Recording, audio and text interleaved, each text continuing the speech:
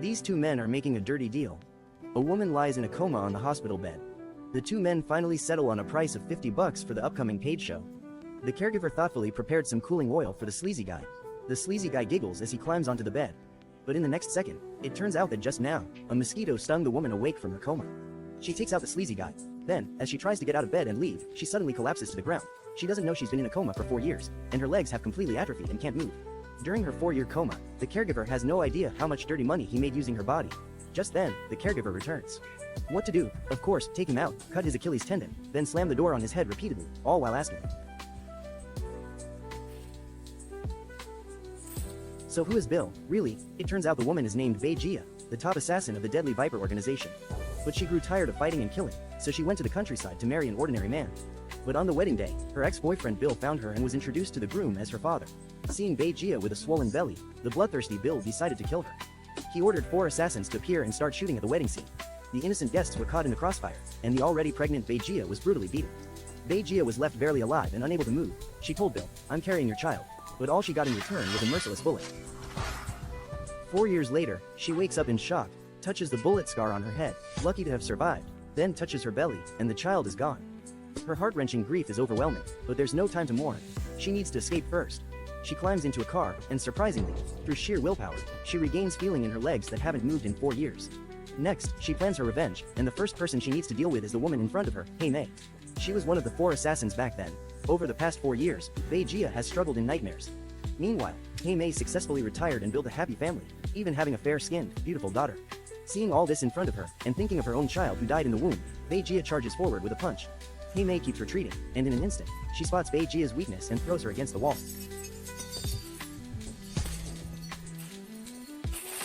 Don't mess with anyone, especially not this woman. Look at her methods. During a gang meeting, a subordinate was dissatisfied with her. She quickly stepped forward with small steps, drew her knife, and slashed his hand, all in one swift motion. Her dominance was overwhelming. No one dared to say another word. This ruthless woman is named Shijing Julian. Back in the day, she was the most ruthless in the church, unlike the reclusive black sister. Now, she is the absolute queen of the Tokyo underworld. She formed an organization called the Crazy 88, and wherever her blade points, no one can stand against her. Sister Bei is alone, while the other side has 88 people. How is she supposed to fight this battle? Sister Bei found the master swordsmith Shang Ba and asked him to forge a peerless great sword for her. But Master Shang Ba has been honing his skills for years. How could he easily break his sword? It turns out, Bill was once the master's student, but he harbored evil intentions and was expelled. Sister Bei became what she is today, and he cannot escape blame. He agreed to clean up the mess and forge a sword for Sister Bei. However, forging a peerless sword takes a month. The master advised Sister Bei to train hard in her swordsmanship, or else she would stand no chance against Julian. A month later, the sword was forged. This sword is incredibly sharp, cutting through iron like mud. The hilt is made from a unique wood from Fujian, unmatched in the world. The master presented the peerless sword and told Sister Bei, "If there is injustice in the world, cut it down with one stroke." Sister Bei changed into a delivery uniform and followed Julian's confidant all the way, confirming with a glance that he was the one to be taken out. She held the confidant hostage, single-handedly confronting Julian at her community dojo. When enemies meet, their eyes blaze with anger, especially when it's 2 dominant women, at Julian's command. The subordinates screamed and rushed forward. Sister Bei became one with her sword, blocking, striking, and dodging, cutting down a large group with a single swing. Soon, there was no one left around Julian. Is the Empress of the Underworld going to take action herself? Of course not. Julian has a secret weapon, this beautiful girl in a short skirt wielding an iron chain ball. Don't be fooled by her beauty, she's ruthless inside. She had long heard of Sister Bei's past deeds and wanted to challenge her. The iron ball hit the ground with a loud crash. A fierce battle began.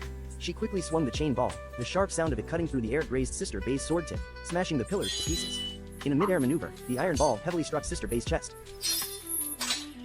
You wouldn't believe it, but the practice ball in the girl's hand weighs a full 800 pounds, yet she plays with it incredibly nimbly.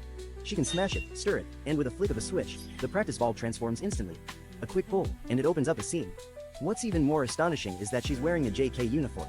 The old perverts watching this video can't help but shed tears at the sight. He throws the practice ball, moving across the area. Sister Bei activates the anti-gravity device, flipping to dodge, and the girl sweeps again. The two go back and forth, each move deadly. But Zhang is still the season 1. Sister Bei instantly spots a flaw, makes a beautiful block, and the practice ball hits the girl on the back of the head. The secret weapon of Julian falls. Just as he draws his sword to join the fight himself, his men arrive. They swarm in from all directions, armed, surrounding Sister Bei completely. Sister Bei isn't afraid at all. She swings her treasured sword within the circle, and one by one, the underlings fall.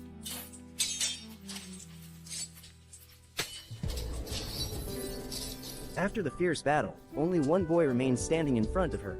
Sister Bei slices through his sword, one cut at a time. Then, a lesson in love follows. The boy, clutching his backside, cries as he runs back to his mother. The bald man tries to ambush. The two clash swords on a narrow railing.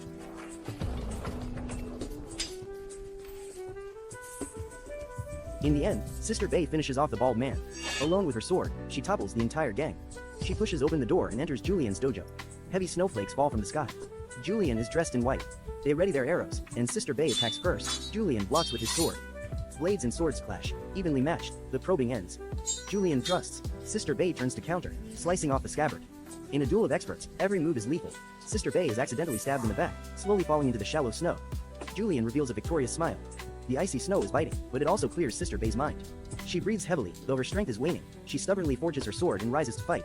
She stands still, and when Julian swings his sword to attack, she makes a graceful turn, slashing Julian at the waist. Both are severely